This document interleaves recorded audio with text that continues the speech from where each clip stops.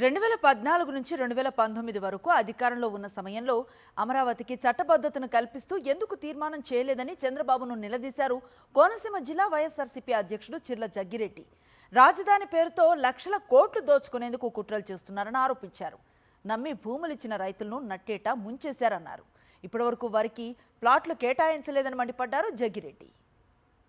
మరి ఏదైతే ఈ రాష్ట్రంలో ఒక పెద్ద స్కామ్, అది కూడా రాజధాని పేరుతో ఏదైతే గతంలో ఒక 50,000 ఎకరాలు సేకరించి అక్కడ ఉన్నటువంటి రైతుల్ని దగా చేసి రేపు రాబోయేటువంటి కాలంలో కూడా మరి ఈ విషయం బయటపడితే ప్రజలు చీకొడతారనేటువంటి ఒక భయంతో ఈ రోజున అసెంబ్లీ ఏర్పాటు చేశారని చెప్పి మేము భావిస్తున్నాం. ఎందుకు ఈ మాట చెప్తూ ఉన్నామంటే మరి మీ అందరికీ కూడా తెలుసు, 2014 నుంచి 19 వరకు ఆయన అధికారంలో ఉన్నారు.